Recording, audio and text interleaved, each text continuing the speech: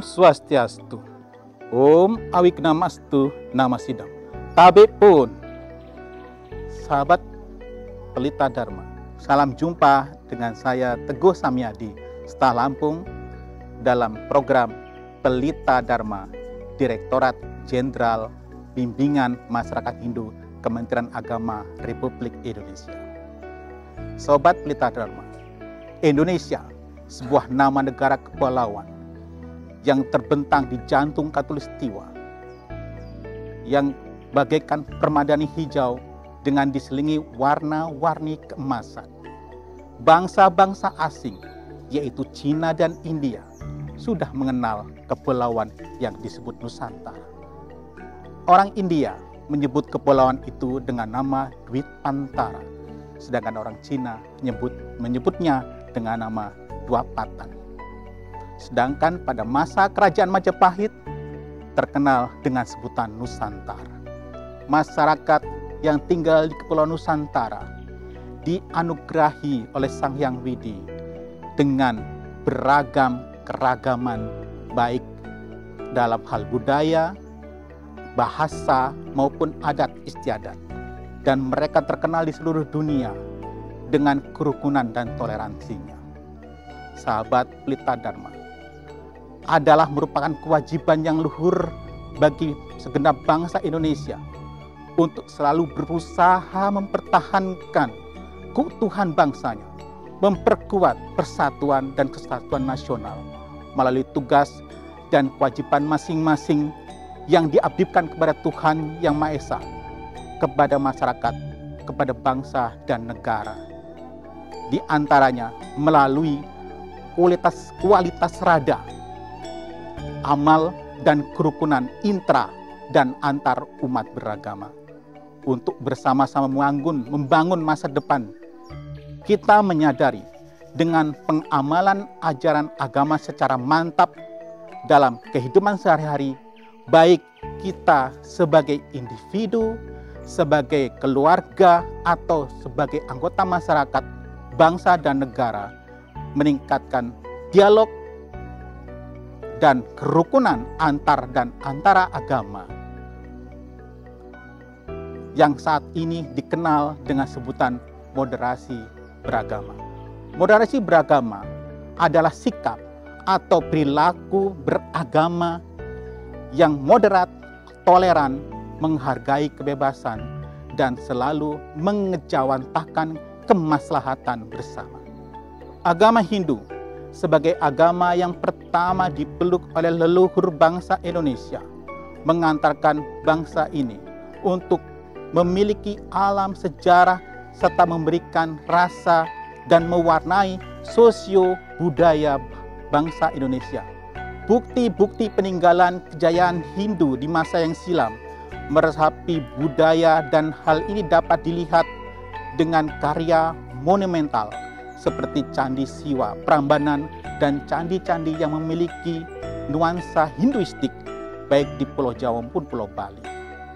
Juga dalam bidang seni dan sastra, hal ini sungguh mengagumkan adalah usaha dari para pemimpin-pemimpin Nusantara kita dulu, yaitu kebijakan dari raja-raja kita yang di Jawa Tengah dan Jawa Timur di masa lalu mengambil pengaruh untuk membuat kebijakan, menyusun dan menerjemahkan budaya-budaya yang datang dari luar, menerjemahkan kitab-kitab suci dari Resi Walmiki dan Resi Vyasa dengan menyesuaikan diri dengan lokal jenius atau jati diri bangsa Indonesia sendiri. Sahabat Pelita Dharma, pada masa pemerintahan Raja Teguh Dharma Wangsa Ananta Wickramatunggadewa, karya-karya dari Resi Vyasa, terutama Mahabharata, dialih bahasakan menjadi bahasa Jawa kuno, sehingga masyarakat pada masa itu telah mengenal budaya asing tetapi disesuaikan dengan budaya dan tradisi di bangsa Indonesia. Karya-karya sastra ini oleh masyarakat Nusantara, khususnya di Bali, dilestarikan menjadi suatu tradisi yang sampai sekarang masih dijunjung tinggi. Demikian pula Sesanti Bhinneka Tunggal Ika yang terdapat dalam kitab Sota Soma karya Empu Tantular sampai sekarang menjadi panduan bagi bangsa Indonesia dan bagi para pendiri negara kita sebagai cikal bakal dari moderasi beragama. Sahabat Pelita Dharma, kita kembali patut mensyukuri karunia Tuhan Yang Maha Esa, karena di samping kemerdekaan bangsa sebagai karunia adalah juga kita memiliki Pancasila sebagai dasar negara dan pandangan hidup bangsa Indonesia. Sejarah membuktikan bangsa-bangsa di dunia yang tidak memiliki dasar negara akan terpecah belah, terombang-ambing, dan dipengaruhi oleh bangsa lain. Dalam perjalanan sejarah, bangsa Indonesia ternyata pernah mengalami pemberontakan G30 SPKI. Hal ini membuktikan bahwa unsur-unsur filsafat negara lain tidak dapat hidup di negara kita, karena itu merupakan filsafat dari negara lain. Maka kembali Pancasila membuktikan. Pancasila digali dari unsur-unsur jiwa dan jati diri bangsa kita, terutama adalah gotong royong. Dengan keberadaan bangsa Indonesia, kita wajib mengucapkan syukur pada para pendiri kita yang mempunyai kebijaksanaan dan kebijakan yang berlandaskan pada ajaran leluhur, sehingga bangsa Indonesia tetap kokoh berdiri pada saat ini, melanjutkan pembangunan di segala bidang. Kekhawatiran terhadap adanya pengaruh asing berupa globalisasi perlu didapatkan perhatian yang sungguh-sungguh baik dari para pemimpin negara maupun para tokoh-tokoh atau pemuka agama. Karena pengaruh itu dapat mengaruhi suprastruktur dan infrastruktur politik bangsa ini yang kalau tidak diperhatikan akan terjadi kekacauan. Dari segi filosofi, ada titik singgung antara negara Indonesia yang berdasarkan Pancasila dengan kekuatan global yang berdasarkan filsafat hedonisme, yaitu kedua-duanya melaksanakan adanya modernisasi. Namun dilihat dari segi batiniah, dalam hal modernisasi terdapat perbedaan diametral. Di satu pihak, segi batin kekuatan modernisasi bagi bangsa Indonesia berakar pada prinsip kolektivitasme, ketuhanan atau sakral, dan idealisme, serta manusia yang luhur yang tahu rasa malu dalam mencapai kesejahteraan lahir dan batin. Di pihak lain, modernisasi yang diterima oleh kekuatan global mengandung prinsip-prinsip individualisme, sekularisme, materialisme, hedonisme yang menghendaki individu selalu bersaing satu terhadap yang lainnya untuk mendapatkan kemakmuran material supaya menjadi kaya, tenar, dan populer, berkuasa. Oleh sebab itu, filsafat hedonisme yang menggerakkan kekuatan global dikatakan pula sebagai filsafat yang mengejar kemewahan. Adalah suatu kenyataan yang harus diterima bahwa masyarakat Indonesia merupakan masyarakat yang pluralisme, baik dari segi agama, etnis, bahasa maupun budaya. Bahwa bangsa Indonesia telah menerima kenyataan dengan ikhlas dapat dilihat dari moto Bhinneka Tunggal Ika dan Pancasila sebagai satu-satunya azas dalam kehidupan bermasyarakat, bernegara, dan berbangsa. Kekuatan kesadaran bermasyarakat, bernegara, dan berbangsa ini merupakan wujud dari dharma negara yang kita kenal sebagai wawasan kebangsaan.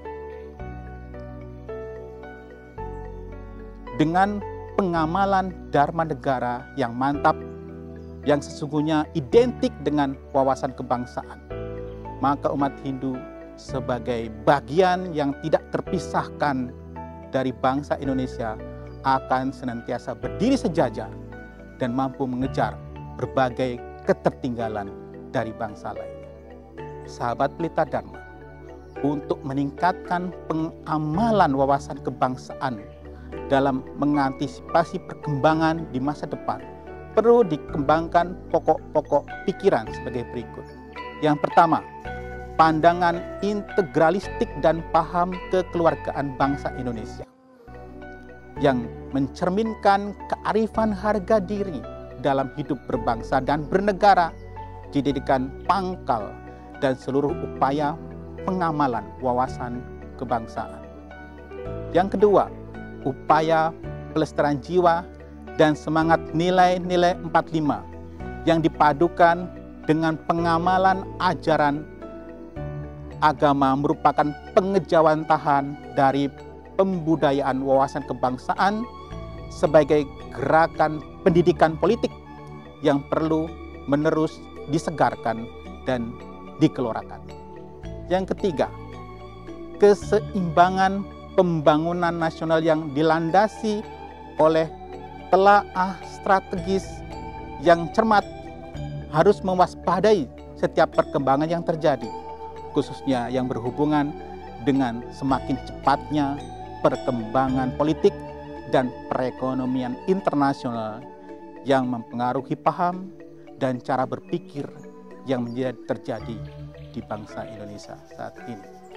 Selanjutnya, melalui pembangunan bidang sosial budaya yang mengendalikan kualitas sumber daya manusia Indonesia yang tinggi, dibangun suasana kebersamaan yang tulus dan bertanggung jawab untuk menjamin stabilitas pembangunan nasional dalam rangka mewujudkan ketahanan nasional.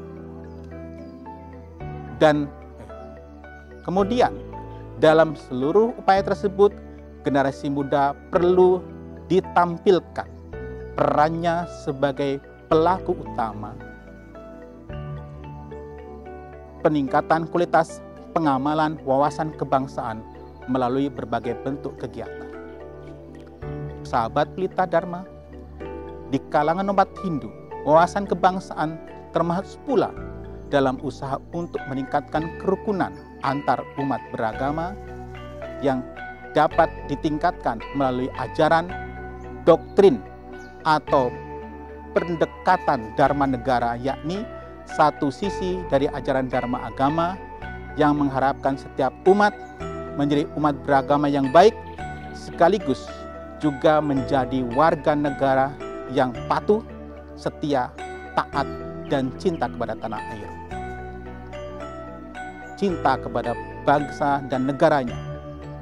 Demikianlah sahabat Pelita Dharma, hal-hal yang dapat mendorong moderasi beragama dalam menjaga keutuhan Negara Kesatuan Republik Indonesia, menumbuhkan kerukunan, cinta tanah air, dan bangsa yang pluralistik ini.